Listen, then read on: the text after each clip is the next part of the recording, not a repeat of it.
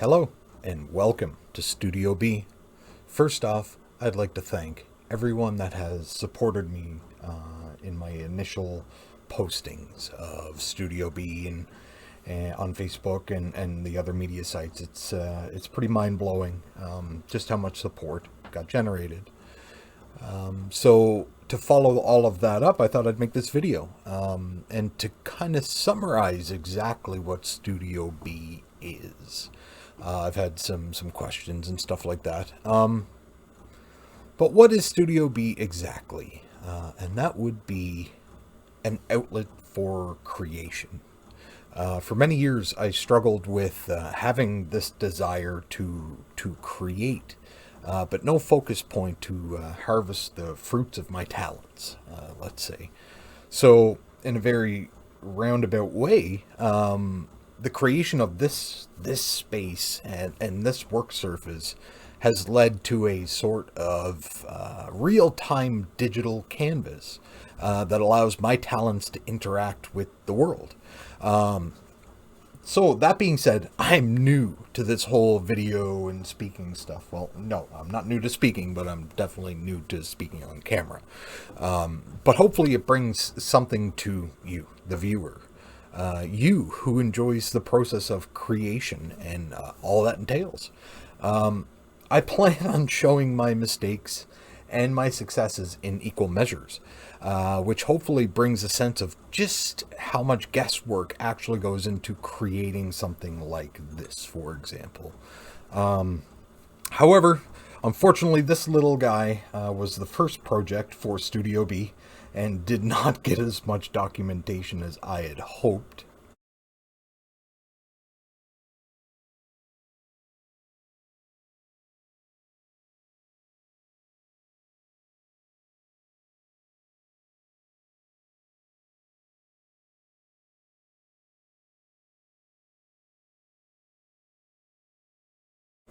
But I think it turned out okay, and it was a wonderful little breaking in project for the studio, for workflow and stuff like that. So I may post another video in the future kind of showing the process of the creation of this with the articulation and whatnot. But for today, that's going to be put aside.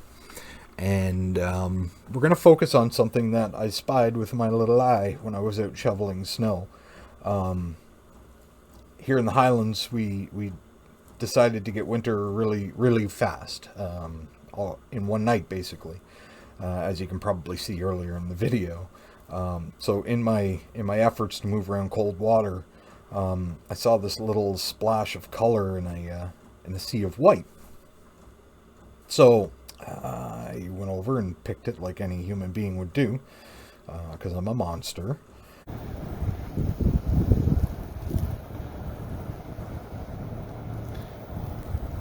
And I decided to make this the next project for Studio B. I think I'm going to memorialize this little rose and his floritude in copper. So that's the next project for Studio B. As you can see here, I've got a whole bunch of chicken scratches and stuff like that. That's all going to get explained. But first and foremost, I guess we'll talk about the process of planning and when I think of a project like this, exactly what steps I will take to try to produce something that is feasible with reclaimed material. So that's coming up.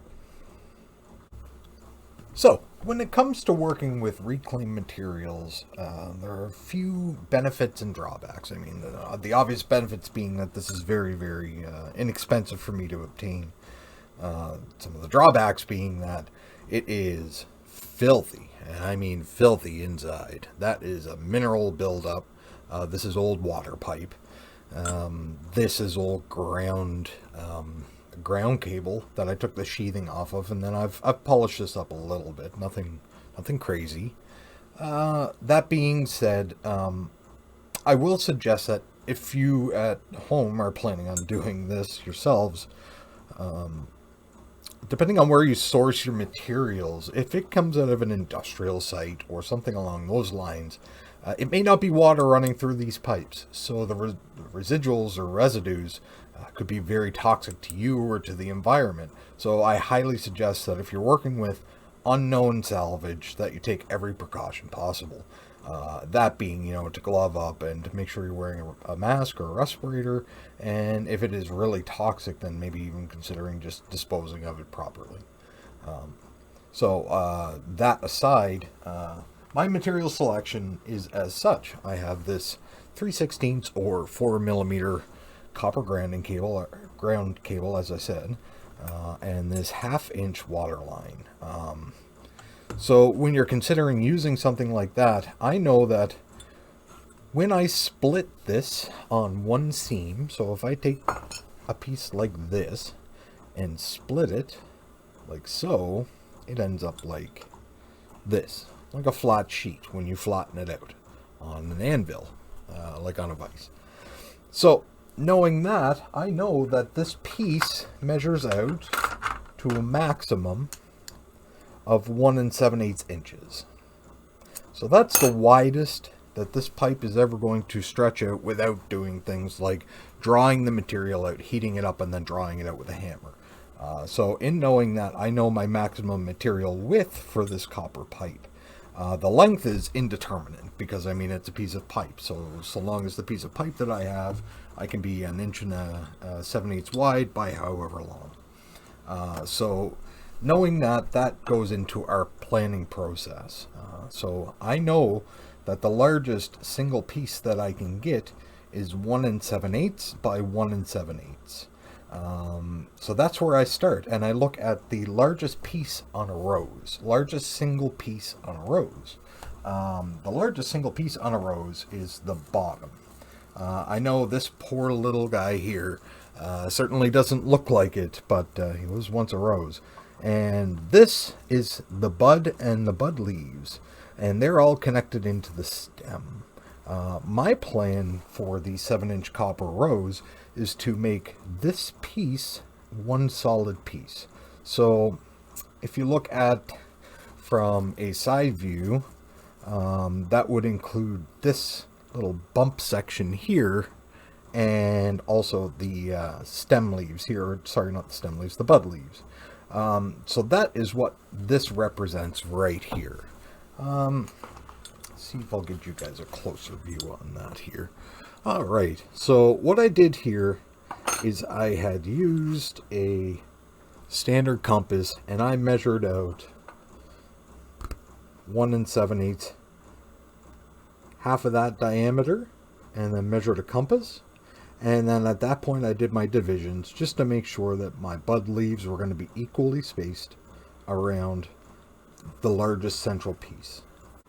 Next is these chicken scratches up here. So this 1.5-inch circle, scribed out with the compass, and this strange looking thing.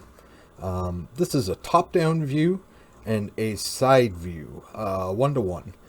So what I hope to do here was basically kind of get an idea of roughly how large I would have to cut my copper sheets for, and how many petals roughly where I was going to fit within a certain constraint. So all of this goes into the process planning. So basically, before I get to any major construction, I really want to establish this right here. What this is a very simple cut list.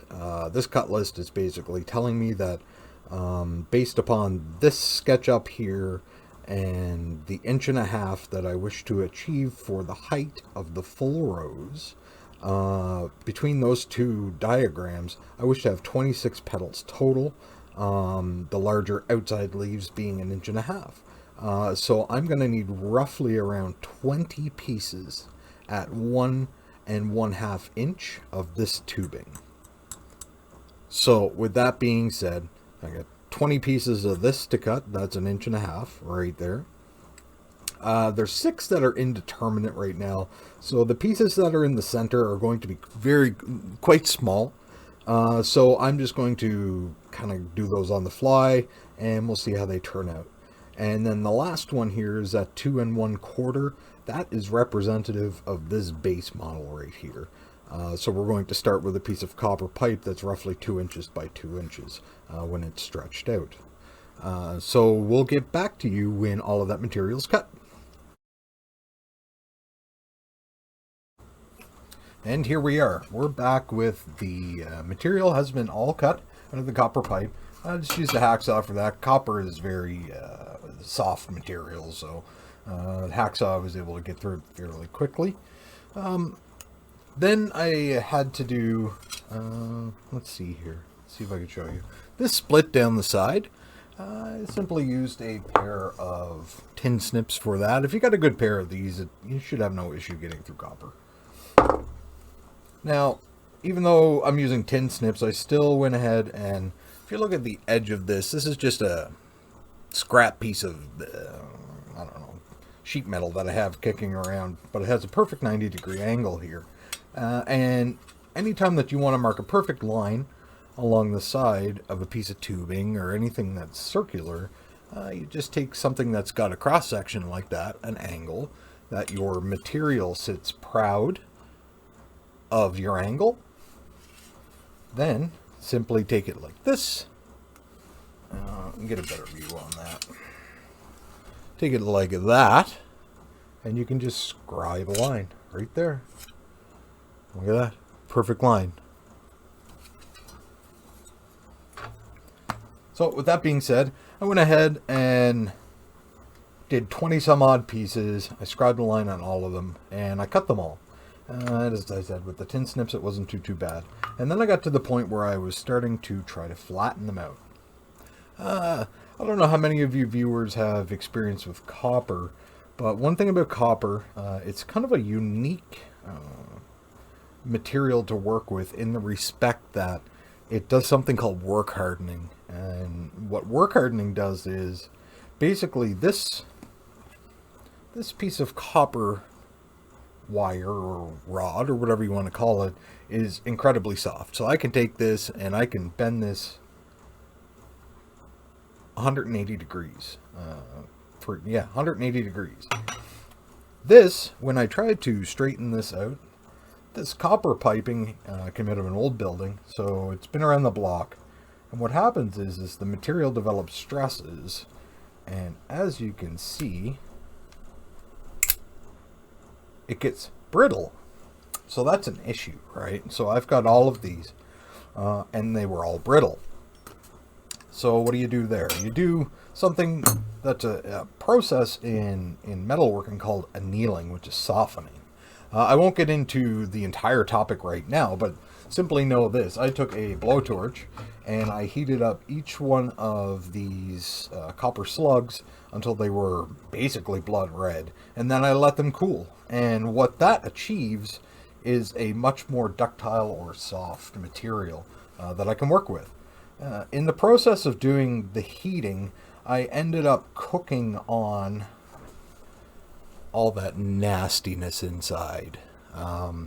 So I don't want to have to deal with that too much, so I'm going to go to my next trick. My next trick is that right there, pickling vinegar, or any really strong vinegars. When you're dealing with this type of material or metals or even zinc for that matter, if you're looking to get rid of zinc, white vinegar is quite good for it. It's not super fast, but it's efficient. But I'm going to take these, I'm going to flatten them all out off camera, and I'm going to soak them in the vinegar bath for a few days.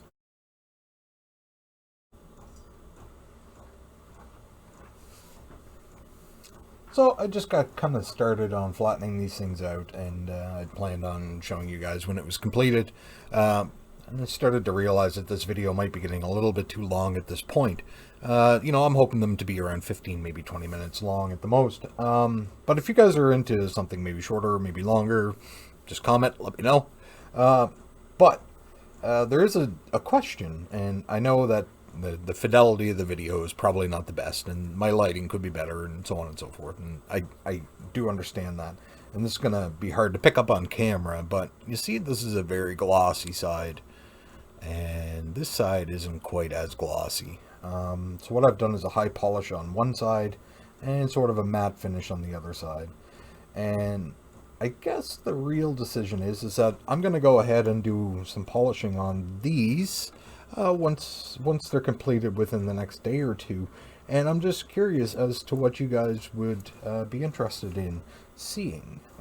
A copper rose that is blindingly shiny, or one that is a little more muted with texture. Yeah, please let me know. Anyhow, this is going to close out the video, and thank you so much if you made it this far and you're still watching. This has been a lot of fun. A bit of work, a bit more work than I expected, but it's a lot of fun, and I hope you guys enjoy it. So take care, and we'll see you next time.